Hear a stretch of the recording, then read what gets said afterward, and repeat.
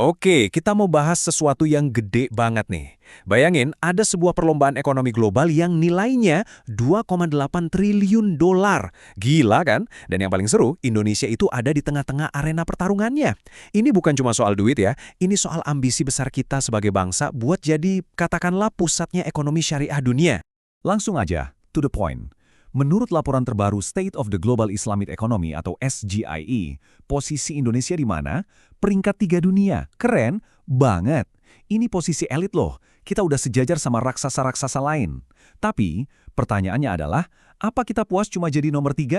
Nah, jawaban atas pertanyaan tadi datang langsung dari Wakil Presiden Ma'ruf Amin. Beliau bilang, Indonesia tidak boleh puas di posisi ketiga. Kita harus menjadi pemimpin. Ini bukan sekedar statement biasa ya. Ini kayak semacam deklarasi, sebuah cambuk yang bilang kalau kita harus ikut balapan buat jadi nomor 1.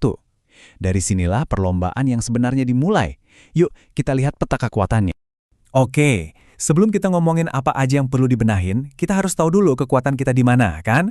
Ibarat main kartu, kita harus tahu dulu kartu as kita apa aja. Dan percaya deh, Indonesia punya beberapa kartu as yang kuat banget. Coba lihat data ini. Di kain modest fashion, kita itu juaranya. Peringkat 1 dunia loh. Turki sama Uni Emirat Arab aja lewat. Terus di pariwisata ramah muslim, sama kosmetik dan farmasi halal, kita nangkring di posisi kedua. Ini bukan main-main, ini fondasi kita. Ini bukti kalau kita itu penantang yang super serius di panggung dunia. Dan kekuatan kita tuh nggak cuma soal produknya aja. Coba lihat angka ini deh. Investor global ternyata percaya banget sama kita. Sepanjang tahun 2023, Indonesia itu jadi negara dengan nilai transaksi investasi halal paling tinggi di dunia. Ini sinyal yang jelas banget, dunia ngelihat Indonesia sebagai masa depan industri halal. Tapi selalu ada tapinya kan? Nah, ini dia plot twist-nya. Sehebat-hebatnya raksasa, pasti punya titik lemah. Dan disinilah ceritanya jadi lebih kompleks. Ada beberapa sektor penting yang justru malah jadi kayak pemberat yang nahan kita buat lari kencang ke posisi puncak. Yuk kita bedah 2 masalah utamanya. Pertama, makanan halal. Ini ironis banget loh, kita ini salah satu konsumen makanan halal terbesar di dunia. Tapi buat jadi eksportir, kita bahkan nggak masuk 5 besar. Kenapa? Gampangnya, sertifikasi halal kita belum diakui secara global, belum jadi paspor buat produk kita. Terus yang kedua, keuangan Islam. Potensinya luar biasa besar, tapi kita masih nyangkut di peringkat 6. Masalahnya ada di adopsi pasar dalam negeri yang masih rendah banget.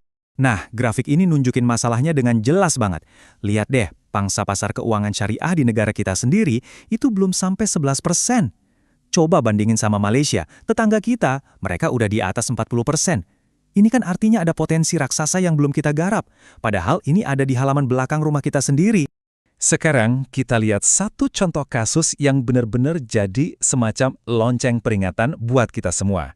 Ini bukti nyata kalau persaingan itu ketat banget dan peta kekuatan bisa berubah sekejap mata, bahkan di sektor yang tadinya kita banggakan. Coba perhatikan lini masa ini. Tahun 2023 kita peringkat 1. Tahun 2024 kita masih peringkat 1. Tahun 2025 kita anjlok ke peringkat 5. Ini bukan sekedar turun peringkat biasa, ini sebuah sentakan yang cukup mengejutkan. Tapi tunggu dulu. Ada detail penting di balik penurunan ini. Sebenarnya masalahnya bukan karena kualitas pariwisata kita jadi jelek. Skor kita itu masih tinggi banget loh, di angka 76. Jadi apa yang terjadi?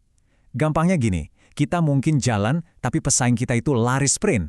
Perlombaan ini makin panas, jadi nggak ada waktu buat santai-santai. Oke, setelah melihat semua tantangan itu, pertanyaannya, terus gimana? Apa kita diem aja? Tentu nggak. Pemerintah udah siapin strategi balasan yang komprehensif. Nah, jadi apa nih jurus andalan Indonesia buat membalikan keadaan dan ngejar posisi puncak? Strateginya itu dibangun di atas 3 pilar utama yang saling terkait. Pertama, perkuat industri halal dari A sampai Z. Kedua, perluas pasar keuangan syariah biar makin banyak yang pakai. Dan yang ketiga, ini yang jadi mesin penggeraknya, adalah percepatan transformasi digital di semua lini. Dan ini penting ya, ini bukan cuma rencana di atas kertas. Aksi nyatanya udah jalan. Contohnya nih, platform digital Si Halal udah ngeluarin hampir 6 juta sertifikat halal. Terus ada Kurs Syariah yang udah nyalurin 75 triliun rupiah buat UMKM. Kita juga udah bangun 4 kawasan industri halal. Bahkan di pariwisata, ada framework ASIS buat patokan perbaikan yang jelas. Jadi mesinnya udah jalan.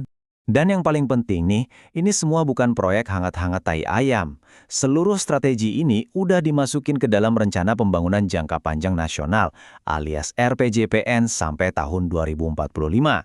Ini nunjukin kalau pemerintah serius banget dan punya komitmen jangka panjang buat jadiin ekonomi syariah sebagai salah satu tulang punggung ekonomi kita. Oke, strateginya udah ada, komitmennya jangka panjang. Sekarang kita kembali ke pertanyaan utamanya. Bisa nggak sih Indonesia menang?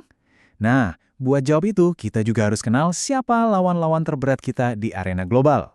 Di satu sisi, ada Malaysia. Kita sebut aja sang veteran. Mereka ini udah mendominasi peringkat selama 1 dekade lebih loh. Kekuatan utama mereka, strategi sertifikasi halal yang udah matang dan diakui di seluruh dunia.